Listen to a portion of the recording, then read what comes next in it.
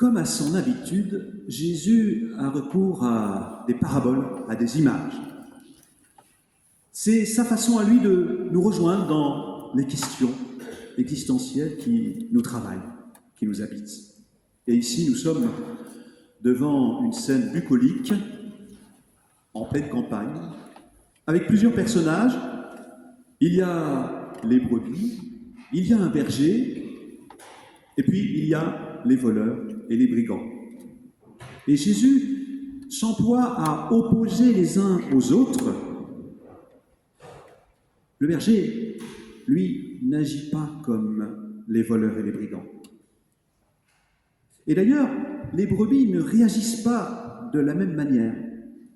Elles ont appris à suivre avec confiance le berger et à se méfier des autres. Et pour distinguer le premier des autres, voilà le critère mis en avant par Jésus. Les brebis connaissent la voix du berger, tandis qu'elles ne connaissent pas la voix des voleurs et des brigands. Autrement dit, la voix du berger leur est devenue familière, car elles sont en relation fréquente avec lui, alors que la voix des voleurs, des brigands, leur est étrangère, car elles ne le connaissent pas, elles n'ont pas de relation avec ceux-là.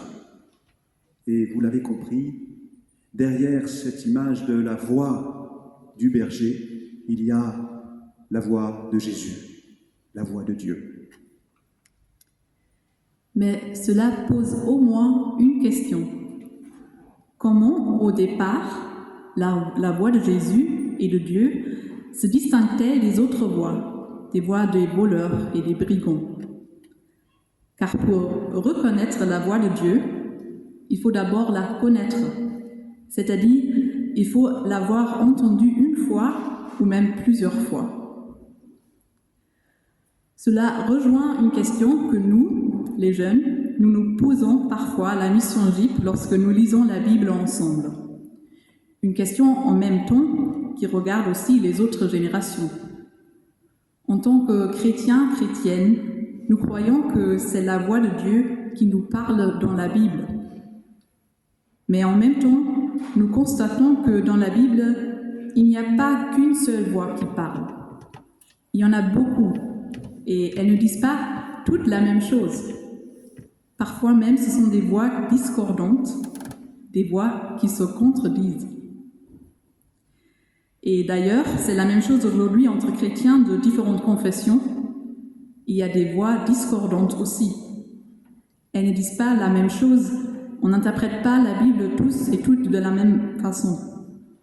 Par exemple, pour certains, les femmes doivent avoir la même autorité que les hommes dans l'Église, alors que pour d'autres, les hommes ont un statut à part, sous prétexte que Jésus a choisi les 10 disciples parmi les hommes.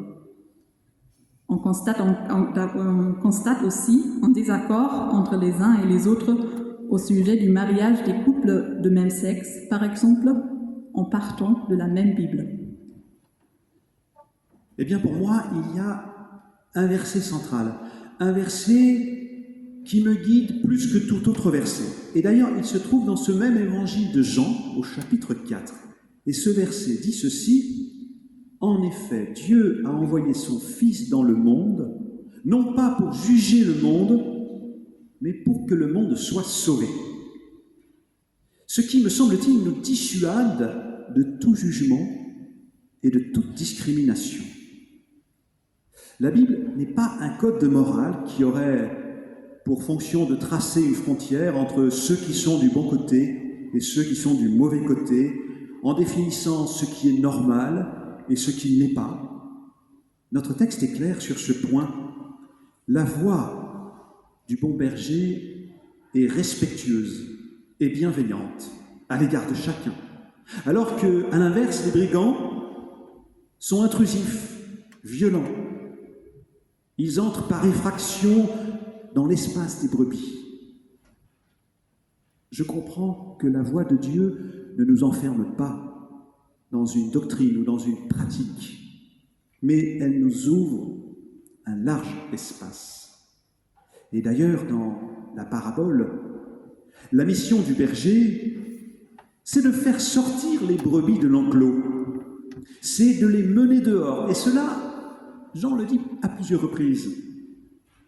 Autrement dit, la voix de Dieu libère de tout ce qui nous met à l'étroit. Elle prend en compte chacune et chacun, puisqu'elle nous connaît chacune et chacun par notre nom, donc avec nos particularités, notre singularité, notre histoire. Et elle nous veut cette voix libre et débordant de vie. Et puis, notre texte d'aujourd'hui nous donne un critère important pour discerner la voix de Dieu. Il y a une chose qui distingue le bon berger des brigands, c'est qu'il est prêt à donner sa vie pour que nous ayons la vie. À la différence des brigands qui ne pensent qu'à profiter, qui vont jusqu'à menacer la vie d'autrui et qui s'enfuient face au danger, lui, le berger, il est prêt à se dessaisir de sa vie pour sauver. C'est donc dans le destin de Jésus, dans l'amour qui va jusqu'au bout, que nous pouvons discerner la voix de Dieu.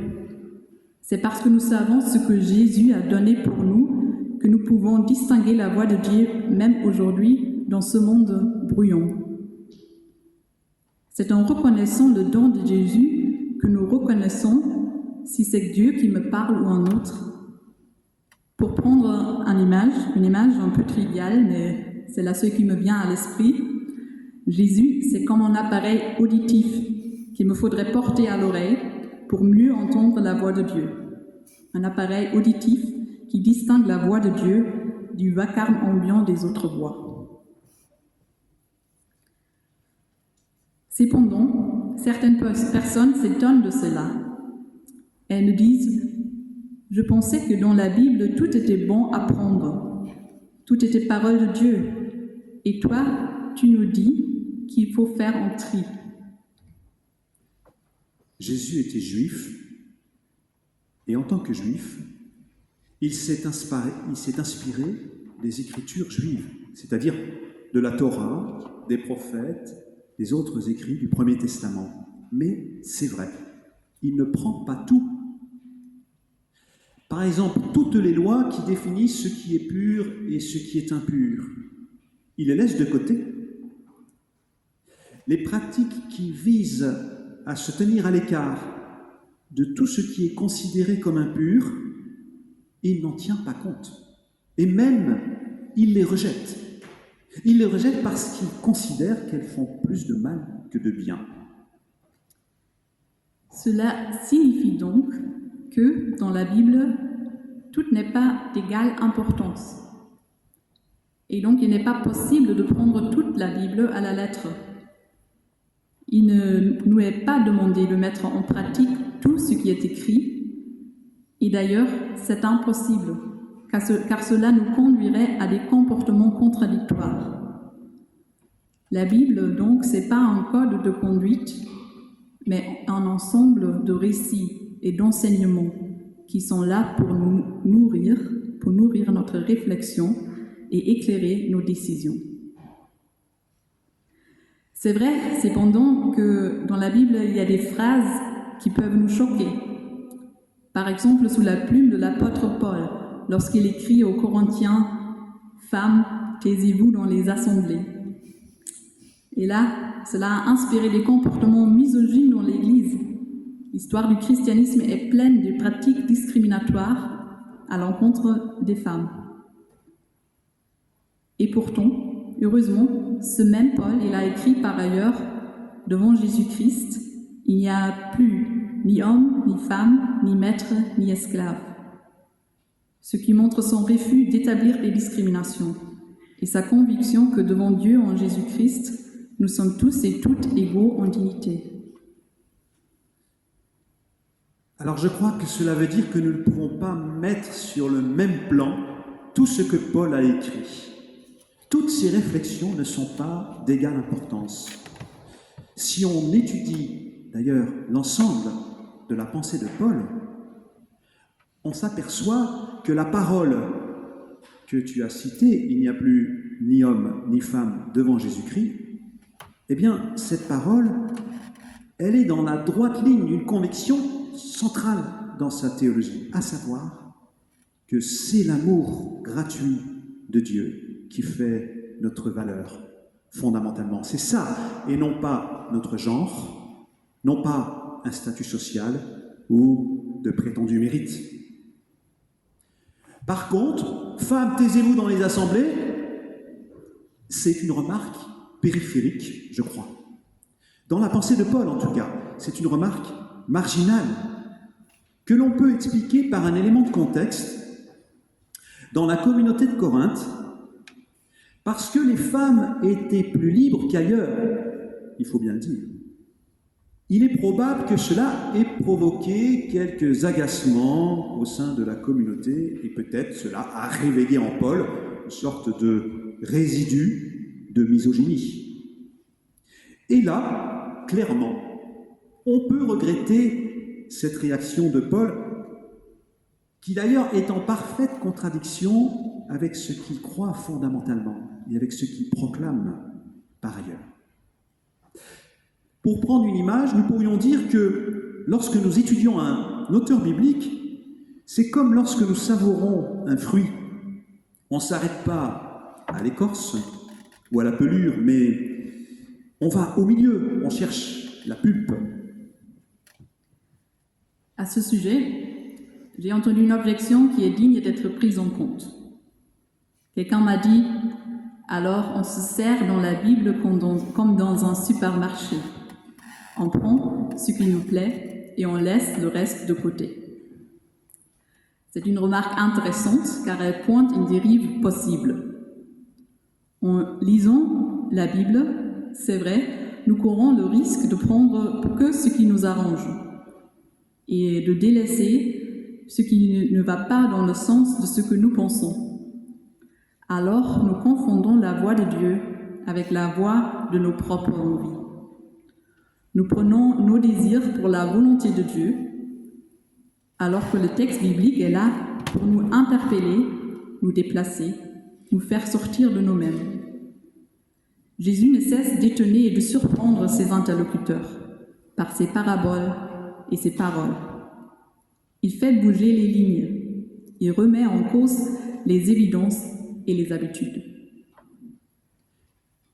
Et me revient à l'esprit, après ce que tu nous dis, une parole de Daniel Olivier, que certains d'entre nous connaissent, parce qu'il est venu plusieurs fois ici, qui est théologien, juif, mais aussi médecin. Et voici ce qu'il dit, je le cite, peut-être pas littéralement, mais c'est ce que j'ai retenu. Le texte biblique n'est pas un cadavre qu'il faudrait disséquer en laboratoire pour mieux le comprendre. Le texte biblique, nous dit-il, c'est comme un organisme vivant avec lequel je suis en relation.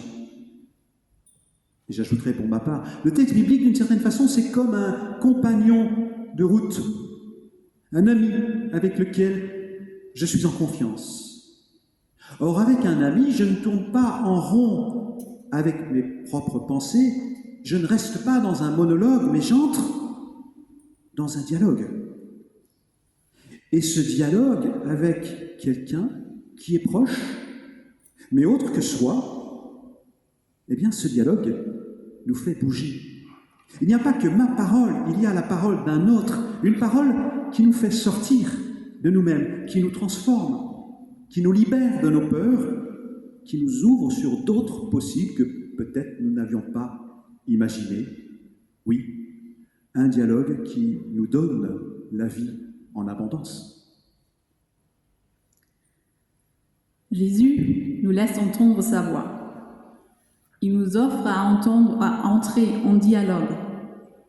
Et il fait confiance en nous, que parmi toutes les voix que nous entendons dans le monde, dans la Bible et dans l'Église, nous allons reconnaître sa voix unique. Jésus nous dit dans l'Évangile de Jean, « Moi je connais les brebis, je les connais tous par leur nom, et de même, les brebis connaissent moi, le berger, le sauveur, le gardien de la vie. » J'ai envie de poser la question à chaque personne dans ce culte, à chacun et chacune que Dieu connaît par son nom.